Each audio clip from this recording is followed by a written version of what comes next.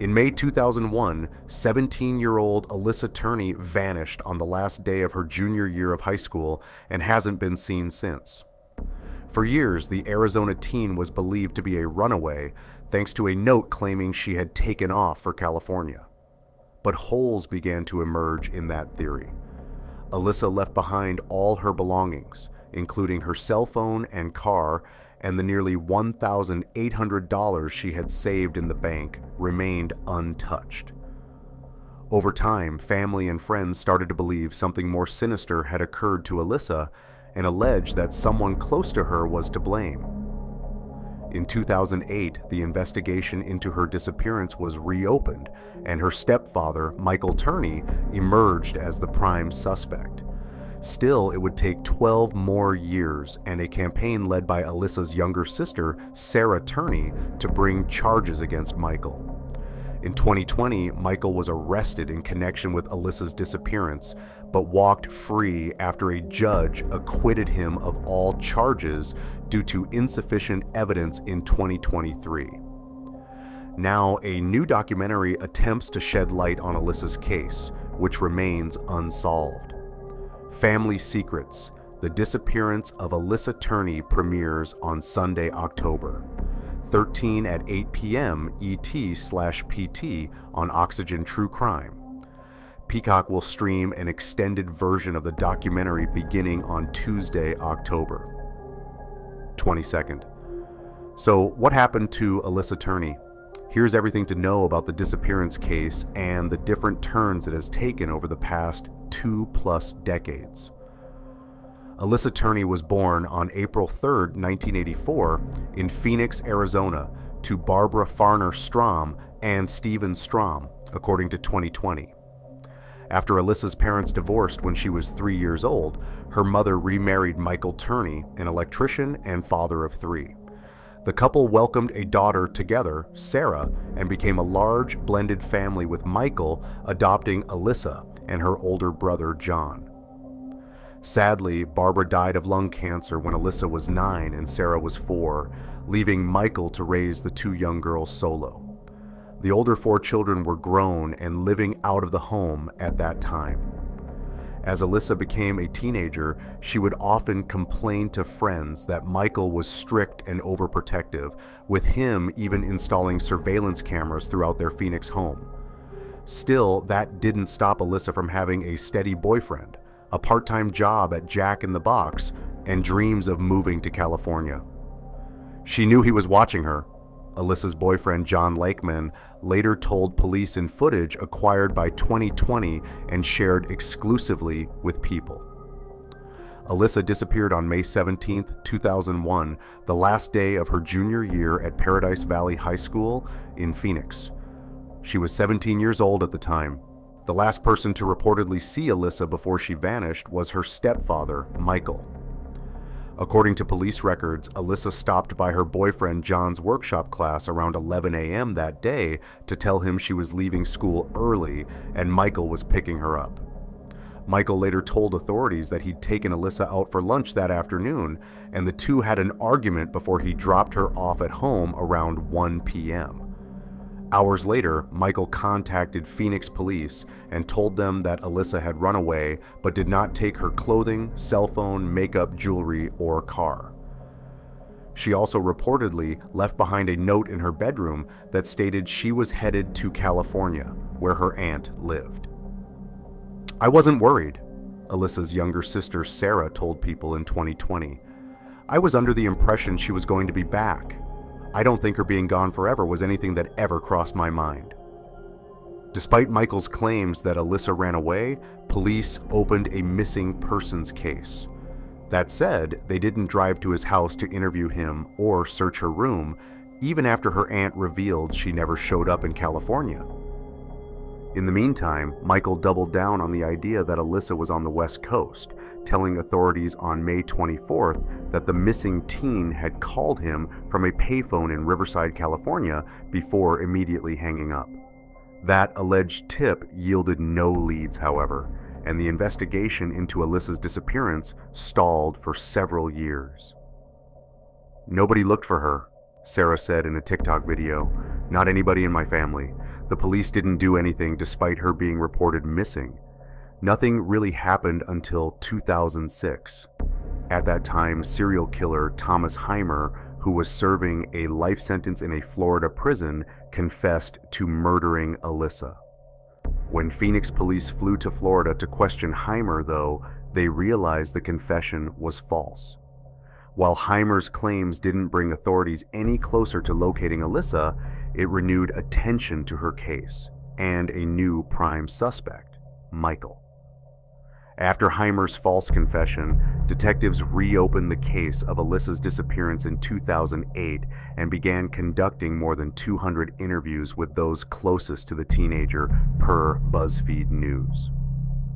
In these interviews, many of Alissa's closest friends alleged that Michael had been verbally and sexually abusive to his stepdaughter for years. "He always made me uncomfortable from the moment I met him," Charity Berend, Alissa's longtime friend, told People in 2020. As a result, detectives attempted to search Alissa's room in 2008, but Michael wouldn't let them into his home.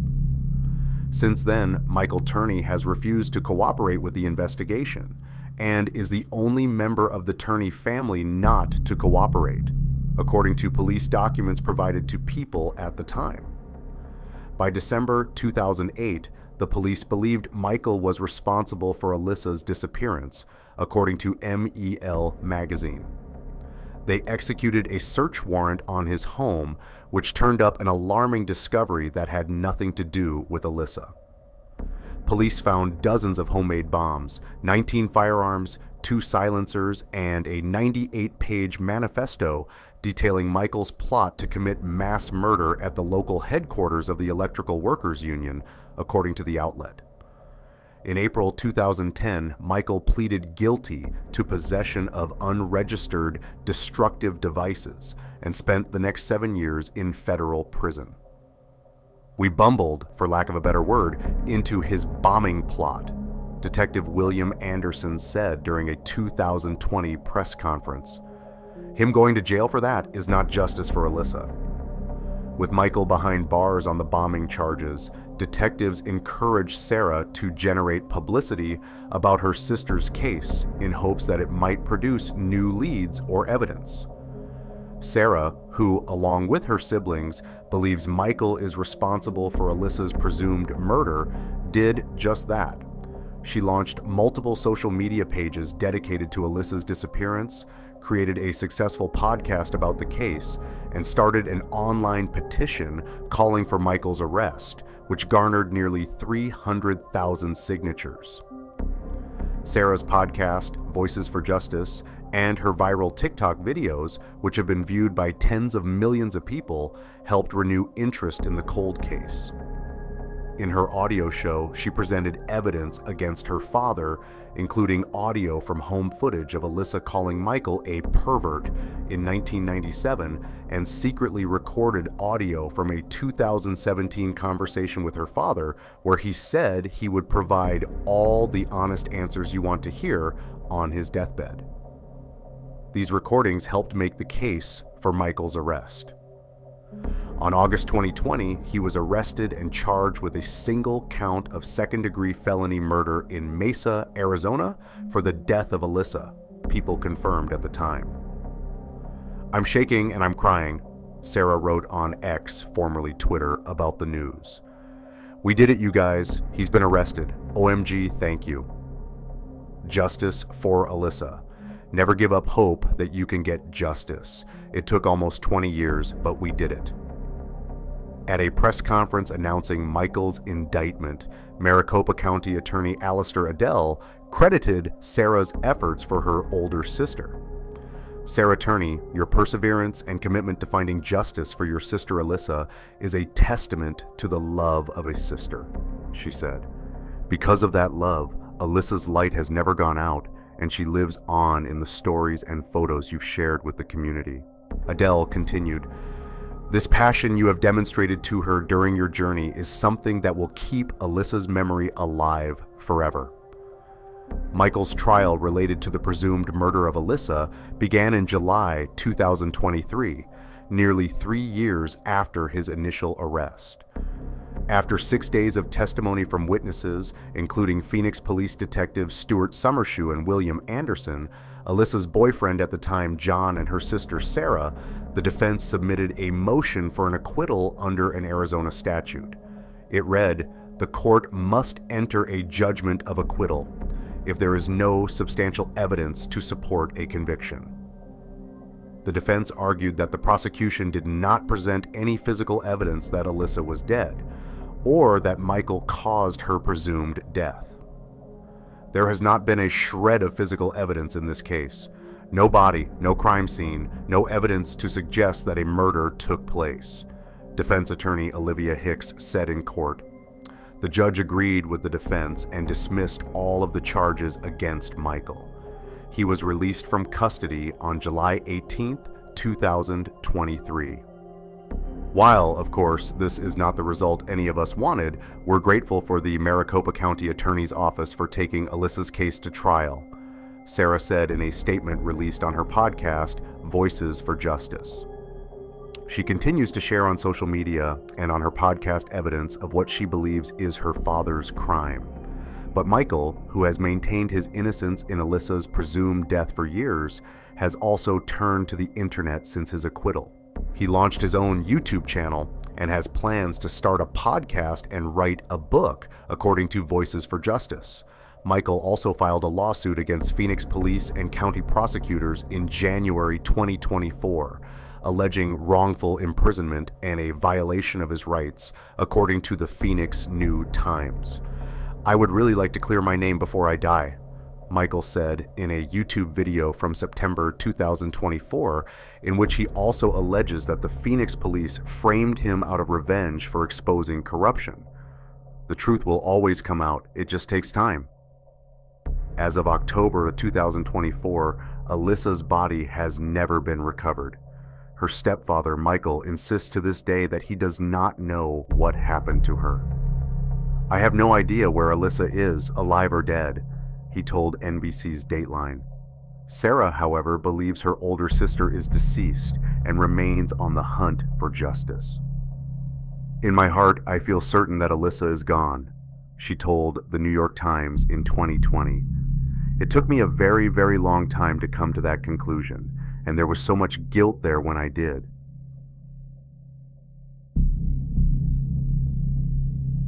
What happens next is a mystery that has still not been solved 4 years on. The footage taken at Varna Airport in Bulgaria is the last time anyone has seen or heard anything of the 28-year-old. He left behind a rucksack and suitcase containing his wallet, passport, and phone, but they surrendered no clues as to what had happened. Could dark family secret hold the key? New clues revealed in 16-year-old schoolgirl's disappearance at Beauty Spot 23 years ago.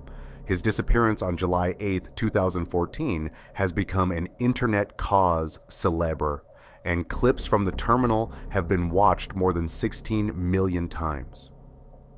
The international intrigue in the case has led to Lars being described as the most famous missing person on YouTube. Lars had flown with friends from their home in Itzehoe, northern Germany, to the Bulgarian seaside resort of Golden Sands. Their holiday appeared to pass off without note until Lars was injured in a fight late one night.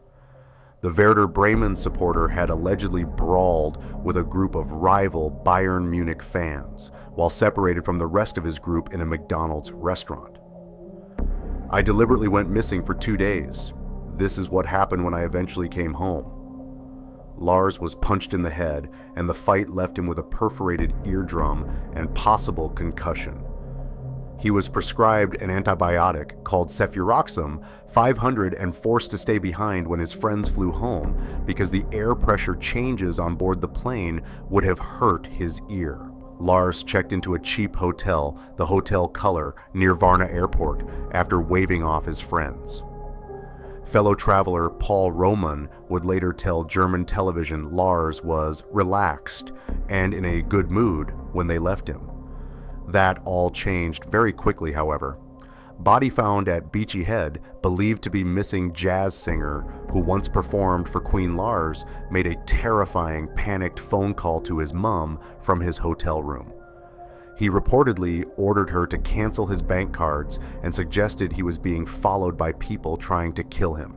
Sandra Mittank told German TV, "I thought, God, my son is in danger. I could hear his heart pounding over the phone. He said people were trying to rob him or kill him." He also sent his mom a text asking about the antibiotics he had been prescribed. CCTV reportedly showed him pacing up and down the hotel foyer, looking out the windows and hiding in a lift. It is believed Lars left the hotel at 1 a.m. before returning. It is not known where he went in the meantime. The next morning, his mom's fears were eased when he texted her to say he had made it to the airport terminal. Lars needed the all clear to fly from an airport doctor, who reportedly described him as nervous and erratic, as well as mistrustful of the medicine he had been prescribed. The medic, Dr. Kostov, has been quoted saying Lars began to tremble when a construction worker entered the room and cried, "I don't want to die here. I have to get out of here." At this point, Lars reportedly leapt to his feet and fled the airport. Footage shows him sprinting as fast as he can out of the terminal. He passed the boarding gates, check-in desks, and baggage drop zones. Lars jumped over a fence outside and disappeared into the forest, never to be seen again. Police turned up no concrete leads, and a private investigator hired by his family failed to find any trace of Lars. It has never been established what triggered his paranoia: drugs, a reaction to his medication, a head injury from the fight, an undiagnosed mental health condition, or a genuine threat from unknown attackers. One ray of hope for Lars's family came in December 2016 when police in Brazil tweeted a photo of a bearded, scruffily dressed man they found wandering barefoot along a highway. But he was later identified as a missing Canadian aid worker.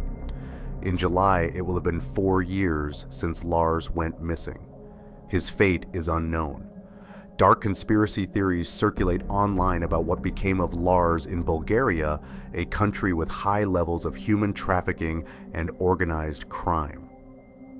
The mystery has been the topic of numerous Reddit threads, discussions on Facebook, and official investigations, but no one is any closer to working out what became of YouTube's most famous missing person. A man has been arrested in connection with the disappearance and murder of Annie McCarrick, who disappeared while living in South Dublin in 1993.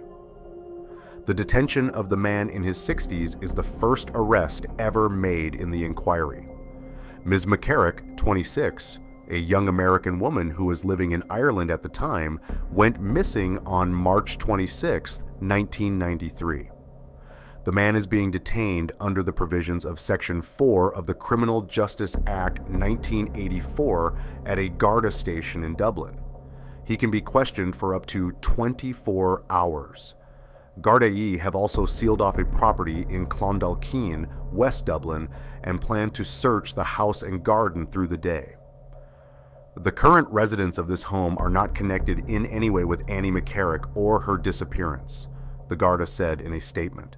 Elements of that house and garden will be searched and subject of both technical and forensic examinations.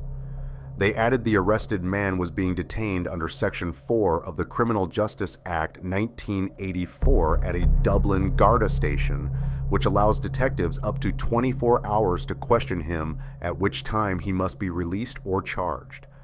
A temporary restricted airspace, TRA, has been put in place by the Irish Aviation Authority in respect of the search area. The significant moves in the inquiry follow intensive work in recent years to solve the killing and find Ms. McCarrick's remains after the case was upgraded from the missing persons inquiry to a murder investigation. The arrest and search operation is being led by an investigation team from the Dublin Metropolitan Region and the Serious Crime Unit based at Irishtown Garda Station under the direction of a senior investigating officer. The upgrading of Miss McCarrick's disappearance to murder has led to a number of changes in the investigation. Ms. McCarrick was born in 1967 and grew up in Long Island, New York. She was an only child who came to Ireland in the late 1980s and studied at St. Patrick's College, Maynooth. At the time of her disappearance, she had fallen in love with Ireland and wanted to settle in the country despite her parents' wishes that she return to live in the United States.